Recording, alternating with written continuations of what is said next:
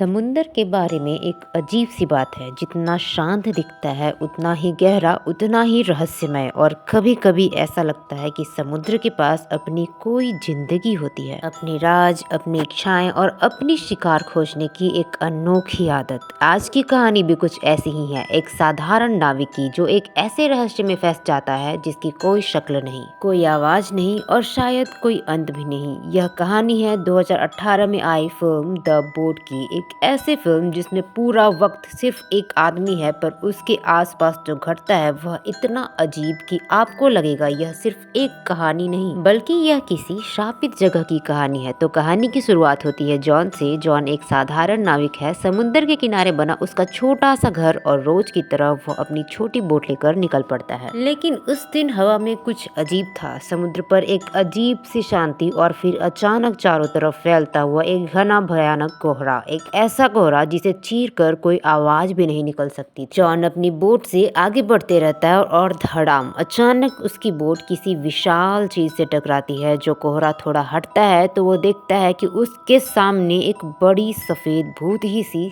Sail boat खड़ी है और उसका नाम था एलस। एलस ग्रीक माइथोलॉजी का वो देवता है जो हवाओं को नियंत्रित करता है, पर यहाँ यह बोट खुद हवा को नियंत्रित करती दिख रही थी। जॉन आवाज लगाता है, हेलो, कोई है? पर आसपास सिर्फ खामोशी। वह अपनी छोटी बोट को एलस से बांधकर धीरे धीरे उस पर चढ़ता है और यहीं से रहस्य शुरू होता है। अंदर कपड़े हैं, खाना है, किताबें हैं, नक्शा भी है। हर वो चीज है जो किसी इंसान के होने का सबूत देती है, पर इंसान तो एक भी नहीं। जॉन को महसूस होता है यहाँ कुछ तो है, कुछ अदृश्य, कुछ जो उसे देख रहा है। तो उसके बाद वो रेडियो से संपर्क करना चाहता है, पर कोई जवाब नहीं आती। और तभी जॉन देखता है उसकी अपनी बोट जिसे उसने अच्छे से बांधा था गायब हो चुकी थी। किसने खोला, क्यों खोला, इसका कोई जवाब नहीं था। नीचे से कोई अजीब सी आवाज आती है तो जॉन नीचे जाता है, लेकिन वहाँ भी कोई नहीं। बस टॉयलेट का दरवाजा अपने आप खुलता बंद होता है, जैसे कोई भीतर जाता रहा हो और बाहर आता रहा हो। अब हवा तेज हो चुकी थी। जॉन सेल्स खोलता है, लेकिन हवा इस तरह चल रही है कि बोट गोल गोल घूमने लगती है, किसी अनजान ताकत की तरह जो दिशा बदलने ही नहीं दे रही। इंजन भी काम नहीं करता, कंपास टूट जाता है। कंपास तो पहले से ही काम नहीं कर रहा था। इंसान अगर रास्ता खो दे तो डर लगता है, लेकिन इंसान अगर समुद्र में रास्ता खो दे तो वो मौत से भी बुरा डर महसूस होता है। जॉन जब बोट से समुद्र में वॉशरूम करने की कोशिश करता है तो गलती से गिरने लगता है और उसके बाद वो जैसे तैसे वहाँ पे खुद को बचा तो लेता है, लेकिन उसके बाद वो सोच लेता है कि इस तरीके से अगली बार नहीं करेगा, वो वॉशरूम ही जाएगा। लेकिन जॉन जब टॉयलेट में जाता है तो दरवाजा तो अपने आप ही लॉक हो जाता है। जितना जोर वह लगाता है दरवाजा नहीं खुलता।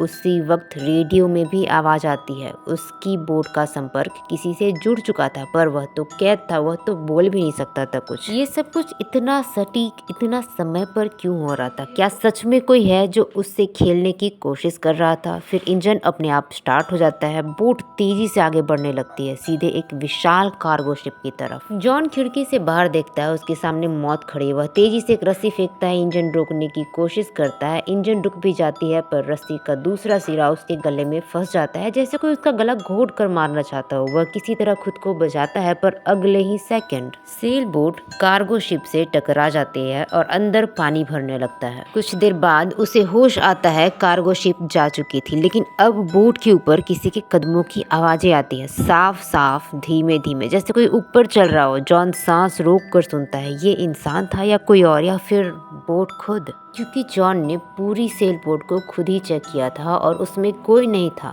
जो को लगता है कि यह उसका वहम है, जो कि सबसे बड़ी प्रॉब्लम यही होती है कि अब भी सेल बोट बहुत रफ्तार से आगे बढ़ रही होती है। वैसे तो जॉन ने रस्सी से इंजन को बंद कर दिया था, पर सेल बोट की जो सेल थी वो खुली हुई थी, इसलिए हवा की वजह से बहुत तेज रफ्तार से चल रही होती है। जॉन पूरी कोशिश करता है कि वो अलग अलग तरकीब आजमा के कैसे भी करके इस रफ्तार वाली बोट को रोक दे, ताकि जॉन की भी सांस बच जाए। इधर जब बाथरूम में पानी भरने लगता है तो जॉन उसे टेस्ट करता है और उसे पता चलता है कि ये तो समंदर का पानी नहीं है, क्योंकि समंदर का पानी खारा होता है और ये पानी मीठा होता है। जॉन कहता है कि तुम जो भी हो मुझे बाहर आने दो, मैं चोर नहीं हूँ। और फिर कुछ ही पलों में वो सारा पानी अपने आप बाथरूम से गायब हो जाता है। अब बाथरूम में दोबारा पानी भरने लगता है और जॉन जब इस बार इस पानी को टेस्ट करता है तो ये खारा होता है, बिल्कुल समंदर के पानी की तरह। जब जॉन खिड़की से बाहर देखता है तो उसे पता चलता है कि एक बहुत बहुत ही बड़ा तूफान आ रहा है और ये नाव उसी तूफान की तरफ बढ़ रहा है। इस सेल बोट की कार्गो शिप में टकराने से कहीं न कहीं दरार आ गई थी और ये पानी वहीं से भर रहा था।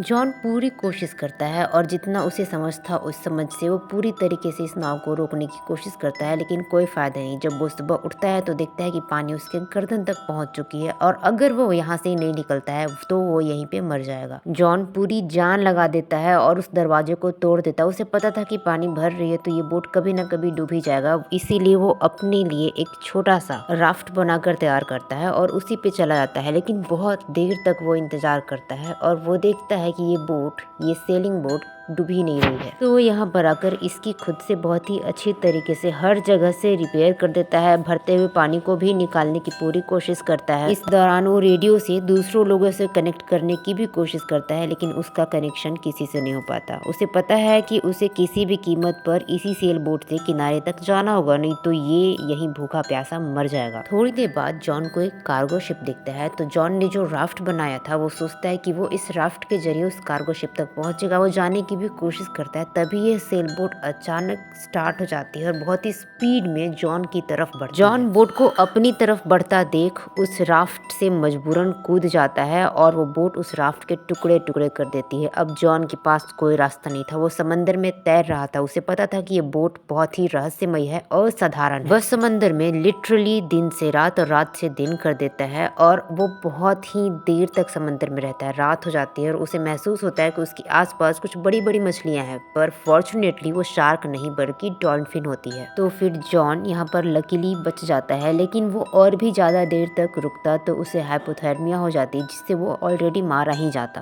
तो जॉन के पास और कोई रास्ता नहीं बचता, मजबूरन वो उस बोट पे चला जाता है, क्योंकि बोट उसके आसपास मंडराती रहती है, जैसे ये बोट जॉन को खुद कह रही हो कि आओ मेरे पास आ जाओ। रात भर जॉन रेस्ट करता है। जब सुबह उठ के दरवाजा खोलने की कोशिश करता है तो उसे पता चलता है कि वो एक बार फिर से लॉक हो चुका है, यानी कि वह अब बाहर नहीं निकल सकता। तभी वो टॉयलेट के अंदर देखता है, जहाँ पर टॉल के ऊपर एक छोटा सा कवर लगा होता है। वो उस कवर को खोलता है, तब वो देखता है कि यहाँ से ऊपर जाने का रास्ता है। अब वो उस जगह से ऊपर जाने की कोशिश करता है, जहाँ पर उसे एक चाकू भी मिलता है। अब ये बोट उसे डराने लगी थी। हर तरीके से जिधर भी वो जा रहा था उधर का दरवाजा बंद हो जा रहा था और ये बोट अपनी ही रफ्तार में बढ़ती जाती है। वो चिल्लाता है कि मुझे यहाँ से जाने दो और बोट अपने आप अपनी रफ्तार को बिल्कुल कम कर देती है। दरवाजा खुल जाता है, नाव रुक जाती है और जब जॉन बाहर निकल के देखता है तो वो तो एक आइलैंड पे होता है, वहाँ पर फिलहाल कोई नहीं होता। वह अपनी पुरानी छोटी सी बोट किनारे खड़ी देखता है और अचानक उस टाउन में लोग दिखाई देने लगते हैं और तब दूर चट्टानों के बीच वही डरावनी सेल बोट फिर से दिखाई देती है। वह फिर लौट आई है, फिर वही रास्ता, फिर वही लूप, फिर वही कैद। शायद यह बोट एक जाल है, एक ऐसी शक्ति जो इंसानों को अंदर खींचती है और उन्हें कभी वापस नहीं जाने देती। लेकिन जॉन बच गया क्योंकि उसने उसे ठीक किया था, उसकी मरम्मत की थी, शायद इसीलिए उसने उसे मारा नहीं, बस वापस तट पर छोड़ दिया। पर अब वह फिर किसी और को बुलाने जा रही है, क्योंकि यह बोट जिंदा है और यह कभी खाली नहीं रहती। ऐसी और मिस्टीरियस कहानियां सुनने के लिए मुझे सब्सक्राइब करें और लाइक करना ना भूलें।